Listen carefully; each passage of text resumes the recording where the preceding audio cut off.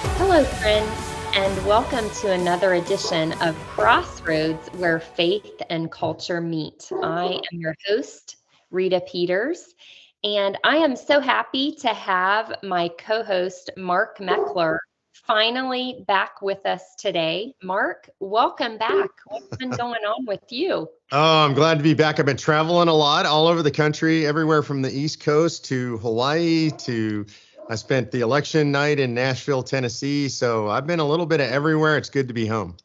Yeah, you don't stay in one place for too long, and that's a good thing for the country who gets to benefit from you. So thank you for what you've been doing. And for our listeners today, if you're a regular listener of the Crossroads program, you know that we have been doing a series on the book Servant Leadership by David Kunert. I love the book. Mark, I know you love it too. Yeah. And we've gone all the way through 9 chapters. We've had a few different guests who are experts on the material, and they've walked us through each chapter. And we have one more program to do on servant leadership, and that's going to be sort of the wrap up and summary. And Mark and I are going to talk about, how servant leadership and its principles have transformed us and affected us, and just share some stories from that.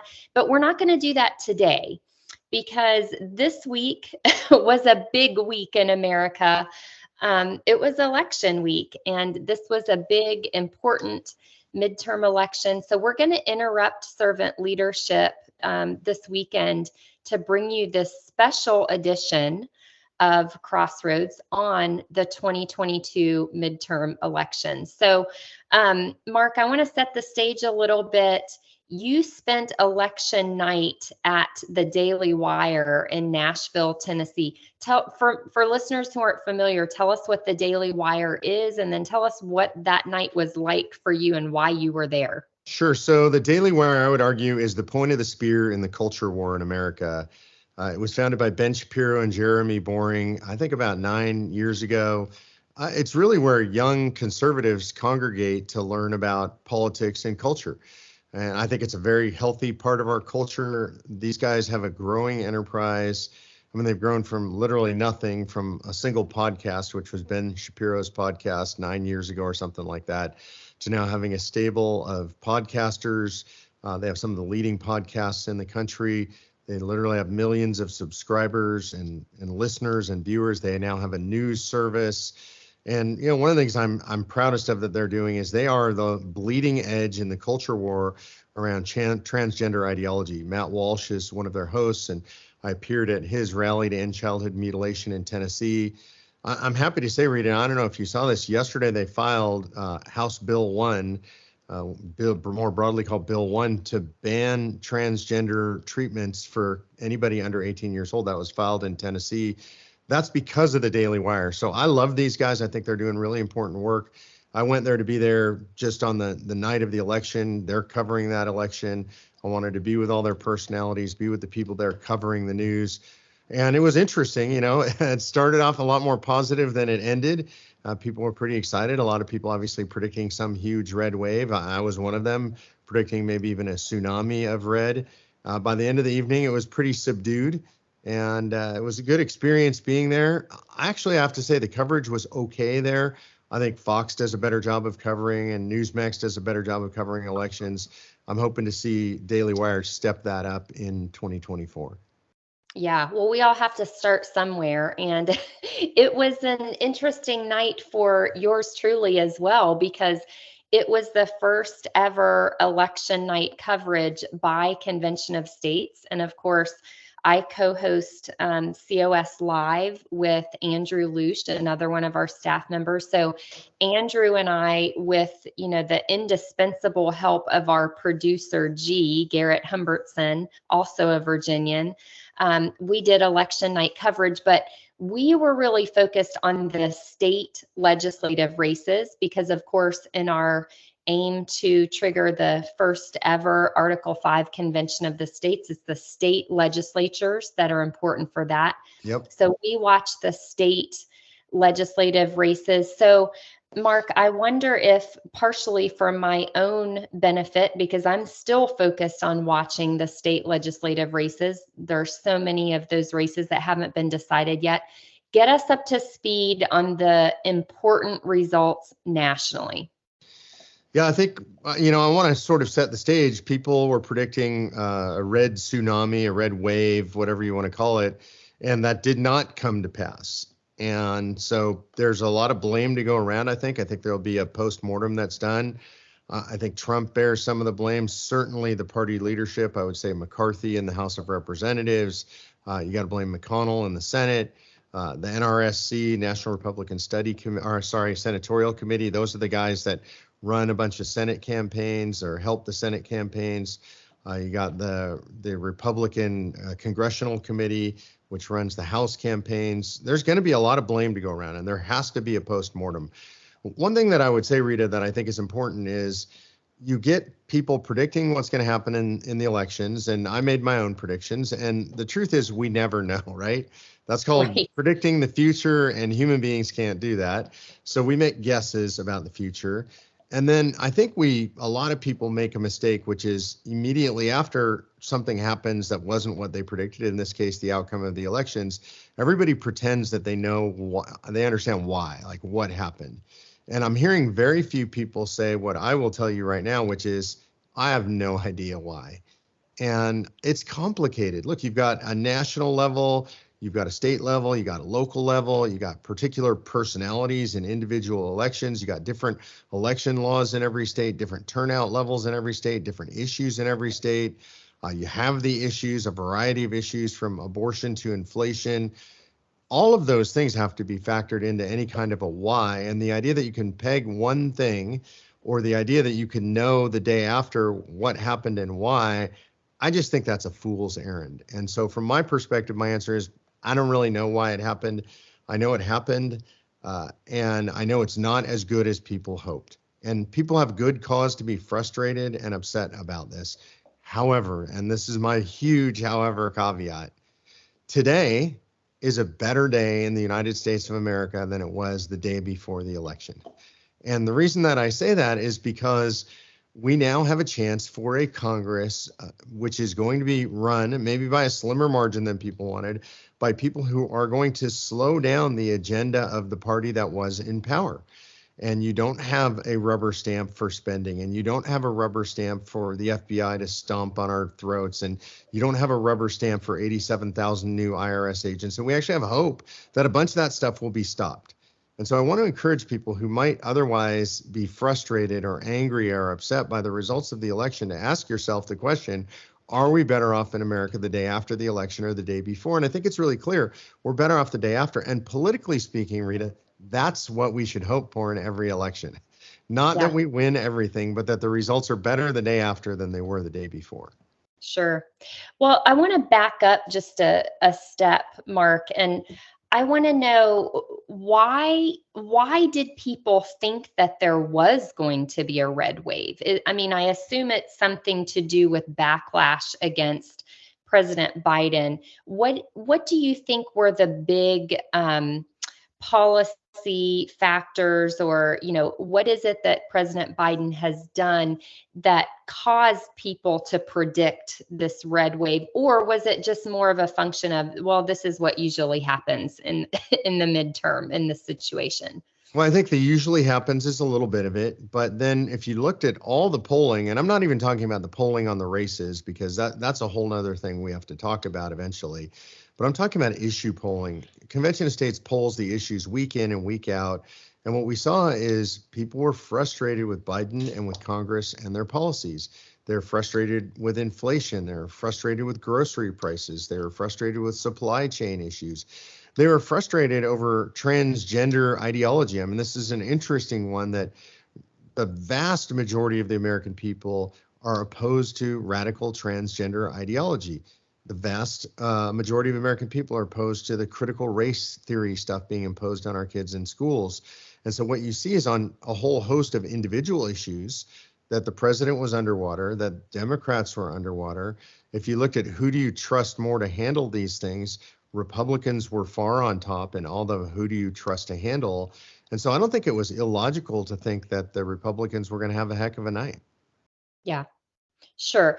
So I have to tell you, as I was watching the state legislative races and hearing, news about the national elections at the same time, I had some disappointments. I mean, there were a lot of state legislative chambers that we thought might flip control to, Republicans who are generally more supportive of convention of states because it's, about limiting federal power and, more local power, state control of things. The thing that came to my mind, and I have no idea whether this actually was a factor or not, but the thing that came to my mind was the Dobbs decision. I know that a lot of people on the left are, mad to the point of being crazed about the Dobbs decision and Roe versus Wade being overturned. Do you think that that may have played a factor in what we saw happen on Tuesday night?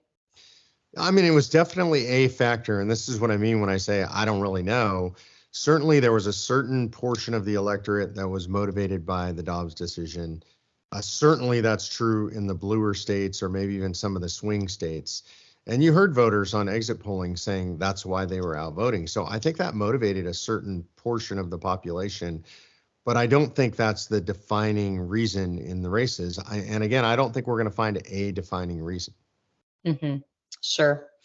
Can you tell us a little bit about what happened in the governor's races that were important? Can you talk about that a little?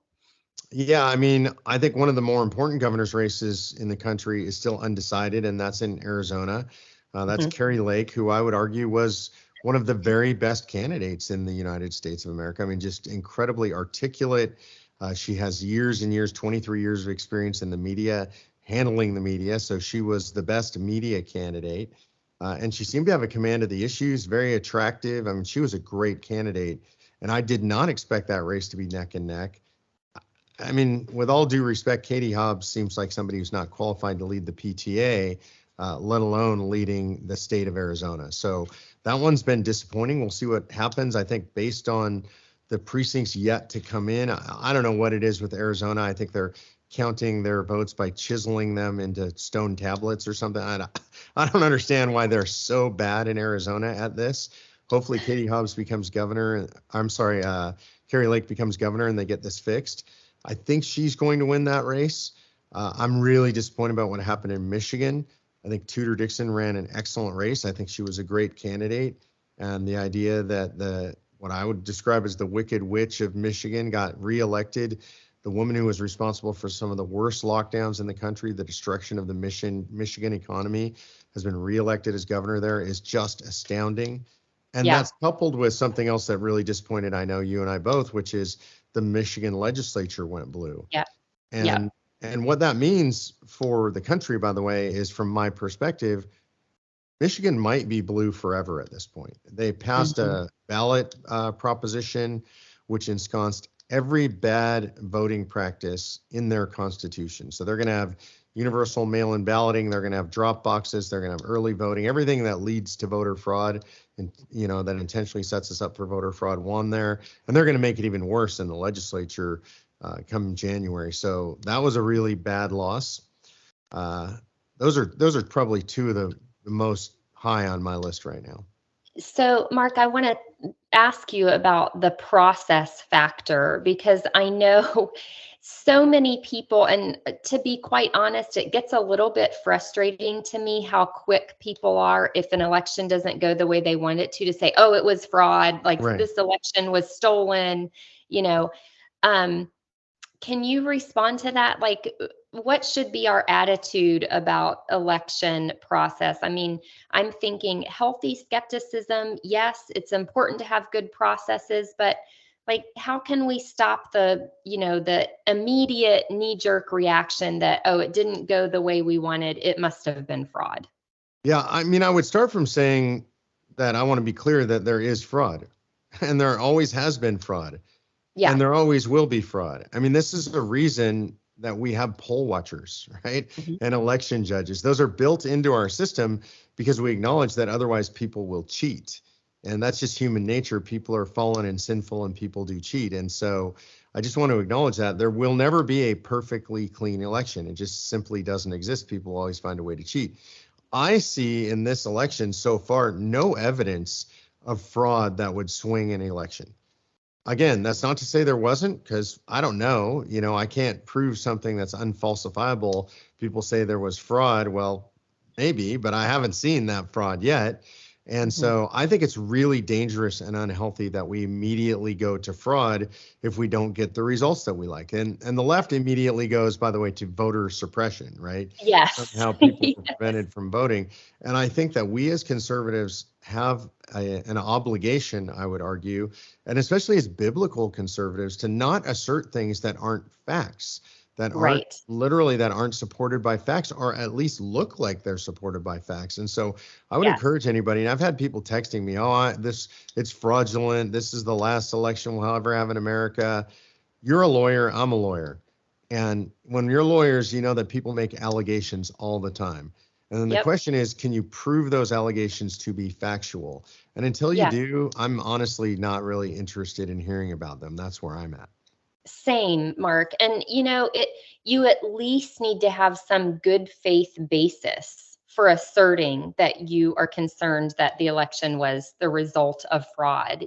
Let's not just stir up outrage everywhere we go. That is not a Christ-like behavior. So I want to ask you about one other specific race, and then I want to talk more about, outcome ultimately for the country and where we go from here. And the race I want to ask you about is the Pennsylvania U.S. Senate race between John Fetterman and Mehmet Oz. This was a big one, got a lot of attention, and it's now projected that John Fetterman won that race. The reason I want to ask about this one is not because Dr. Oz is a famous celebrity, but because, watching the debate, there were clear indications that something wasn't right with Fetterman. Something cognitive was not functioning properly. And it was really alarming and awkward even to watch. So then to hear that the people of Pennsylvania, have elected him, or at least that's what we think has happened so far. It's a little bit concerning to me, Mark. And I just wonder, how do you explain that? How does that happen? Well, I think part of it is just bad candidate selection on the part of Republicans. Mehmet Oz got selected primarily because Donald Trump selected him. And Mhm. so he was running against David McCormick was really the other front runner. And Trump chose Oz because he was a TV star. And that was really it. And look, if you've been to Pennsylvania, and I've spent a bunch of time in Pennsylvania, I know Rick has as well. We tend to think of Pennsylvania as, we think of the big cities, but Pennsylvania it's a very blue collar state. It's a very regular people state. It's a very all-American state. I was there with Rick Santorum not long ago and traveling around to small town Pennsylvania. I mean, it is real America. And so now you take Mehmet Oz and drop him in there. He's considered to be a carpetbagger. He's really from New Jersey. They didn't see him as one of theirs. Yeah, he made a couple of incredible gaffes during the campaign. One is he referred to crudité when he was talking about vegetables. And I'm laughing at it because I read it instead of hearing it. When I read it, I thought the word was crudites. I had no idea what he was talking about, right? I'm just a regular guy. If I'm going to put out a vegetable tray, I've never heard it called crudité. And I don't think most Pennsylvanians have either. And so he's talking about crudité. It shows how out of touch he is. But I mean, if you guys don't know this, don't feel bad. Crudité is apparently a vegetable platter. Like you get carrots and broccoli and stuff with a little bit of ranch dip or whatever. Yeah. Yeah, veggies with dip. Yeah. Apparently, if you're fancy, you call that crudité. Right. So, he said that, and it shows how out of touch he is. And then the contradiction is Fetterman in a sweatshirt, and in his Carhartts, and he looks like a regular guy. and he's built a lot of capital on this image of him being a regular guy. And then, this is an unbelievable thing too, is in the week before, and a lot of people didn't catch this, in the week before the election, Mehmet Oz said, you should go find 10 people on their way to the Steelers game and get them to vote. Well, the Pittsburgh Steelers had a bye last week. And so it shows, again, like if you live in Pennsylvania, you know whether the Pittsburgh Steelers are playing or not. And yeah, but unless you're me, like I wouldn't have known. But I get why that was a bad idea. Yeah, and you don't live in Pennsylvania. And you who might know what crudité is wouldn't have said crudité on the campaign trail, right? Yes, so and I wouldn't have made a reference to the Steelers because I know I don't know what I'm talking about. Yeah. So there you go. So what you have is, in my opinion, a bad candidate, right? Here's a guy that just wasn't the right guy to be running for that seat. And do I think it's weird and terrible that we elected a guy with brain damage to the U.S. Senate? I would say yes. But look, Mazie Hirono is in the U.S. Senate, and she is apparently not brain damaged, but maybe Fetterman is smarter than her. I don't. Like we've got bad people in the U.S. Senate who are not very smart right now. It's not good, but it's not going to be worse than Mazie Hirono, that's for sure. Okay, interesting. Well, I want to talk just for a minute about the state legislatures. I already mentioned I was watching them partly because for Convention of States, the state legislatures are essential. They're the ones who have the power to trigger an Article 5 convention. We need 34 states to apply for that. We have 19 already. So of course I'm watching to see what's happening there. But the other thing, Mark, is that the founding fathers always intended that the states are where the bulk of the policy making is done. And they wanted it to be that way because the closer you are to home, the better you're going to be able to govern the people being governed. And the more impact and influence the people have on the policies that are being made. So just briefly, we were surprised to see, as we've already mentioned, that the Pennsylvania House may flip to Democrat control. That's undecided as of the time we're recording this. Michigan, you already mentioned, has flipped. Minnesota was split between the Republicans and Democrats. It looks like it is now totally Democrat controlled. And so all of this, both at the state level and the national level, of course, affects policy, right? So speaking, I guess, first to the national level, what do you think we're going to see as as far as policy goes as a result of the midterm elections? Well, at the national level, I think what we're going to see is the brakes get thrown on the administration's policies. Joe Biden is essentially a lame duck at this point. The House of Representatives, maybe by a narrower margin than expected, but it's going to be controlled by Republicans. There may be a speaker fight, which I think would be healthy. Kevin McCarthy has not earned the speakership, and so I'm hoping that there's a fight. There are many other people more qualified than Kevin McCarthy to be speaker, so I'm hoping we see a different speaker. But in any event, I expect that what we'll see is a radical slowdown of the policies of the Biden administration at the national level. We may see Republicans take the Senate as well. That would be really healthy. It would prevent the confirmation of radical left-wing judges, radical left-wing department heads. So I'm hoping we get that Senate seat. Maybe we win the runoff in Georgia. Maybe the master's race is still outstanding. So it's possible. I think you're going to see just a slowing down of the Biden agenda in Washington, D.C. at the national level. Mm-hmm. Yeah. So it seems like, Mark, that it's inevitable after every election, there's kind of a letdown, and that letdown after the votes are in, the votes are counted, we hear the results, then it seems like the next step is voter frustration. Because we send this new batch of people to, let's focus on Congress, we send this new batch of people to Congress, we have high hopes, and then it seems like ultimately the result is not much, not, maybe we slow things down more, and maybe that's a good result. But, overall, just looking at policy writ large on the federal level, it doesn't seem like very much changes no matter who we send to Congress. And so I know for you and I who have devoted, this portion of our lives to working toward a convention of states, that's part of what motivates us, right? Because we do not have this faith that sending the right people to Congress is going to fix the biggest problems in the country. Can you talk about that? Yeah, the founders didn't have that faith either. That's why they didn't want so much power to be vested in a central government in Washington, D.C. That's why they created a federalist system of government with most of the powers reserved for the people in the states. And the federal government had a limited number, 17 enumerated powers in the Constitution. That was it for the federal government because they didn't trust a centralized government. And so when we focus on Washington, D.C., when that's the main idea, who's the president, who's the Senate, who's the House, we have the wrong focus. Our focus should be really on our own states, who controls the states, and then how can we wrest power away from Washington, D.C. and get it back to the states. And my political life goes back to 2009 and the Tea Party movement, and we elected the largest swing class in the history of Congress in 2010, and virtually nothing changed. And so I learned a very good lesson about Washington, D.C., which is don't expect the change to come from Washington, D.C.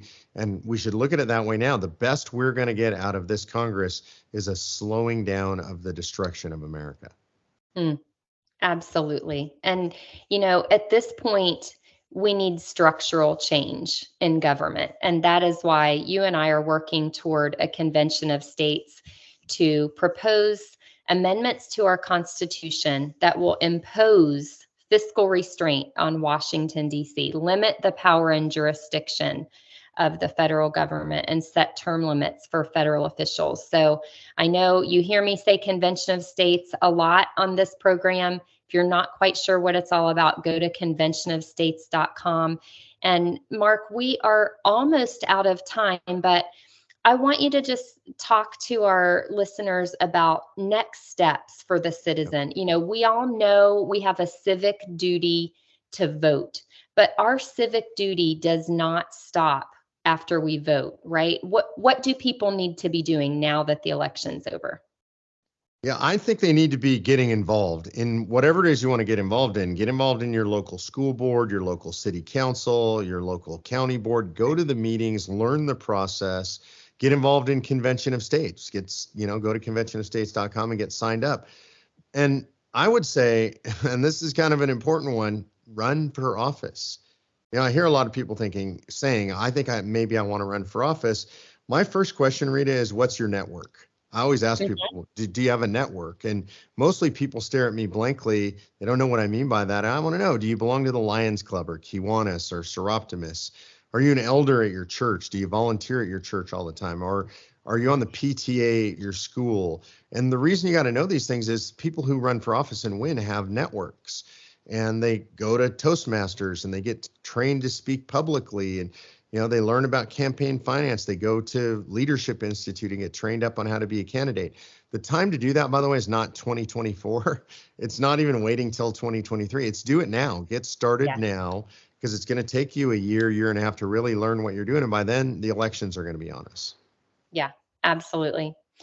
Well, that's well said, Mark. I second everything you just said. And my personal plea to all of our Crossroads listener is don't just talk about what's happening. Don't just complain about it. Don't just shake your head. Don't just be outraged. Get involved and be part of the solution. It takes all of us, and we all have different gifts and talents and, backgrounds and abilities. So get involved, use the gifts that God has given you to make a difference. Mark, that's about it for today. Thanks for being with us again.